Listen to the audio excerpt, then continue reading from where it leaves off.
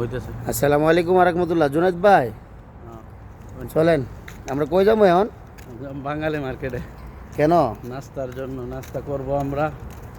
আমরা ডিউটিতে চেঞ্জ দিয়েছে, কালকে সারা রাত ঘুমাইলেন, আজকেও ঘুমাইবেন, কালকে ডিউটি যাবেন, কেমন লাগতেছে? আবার রাত্রে ডিউটি হয়েছে কে ভাইরা? আসলে সৌদি আরব রাত্রে ডিউটিটা আপনার অনেক ভালো লাগে। ঠিক আছে, রোদ নাই, গরম নাই। এমনি তো আমাদের গরম নাই, আমরা কবি সবি চাকরি করি তো আমাদের গরমের সাথে কোনো সম্পৃক্ত নাই। কারণ আমরা বাসা উপরে আর নিচে হচ্ছে আপনার কমিশন। তাই আমাদের দিনের বেলা কাজ করাটা আমাদের জন্য একটু টাফ হয়ে যায়। এক সপ্তাহ খুব কষ্ট করছি দিনে কাজ করে।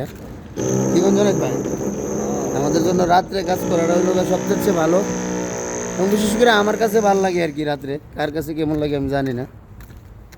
তো নাস্তা টাস্তা খাই আসি আমরা।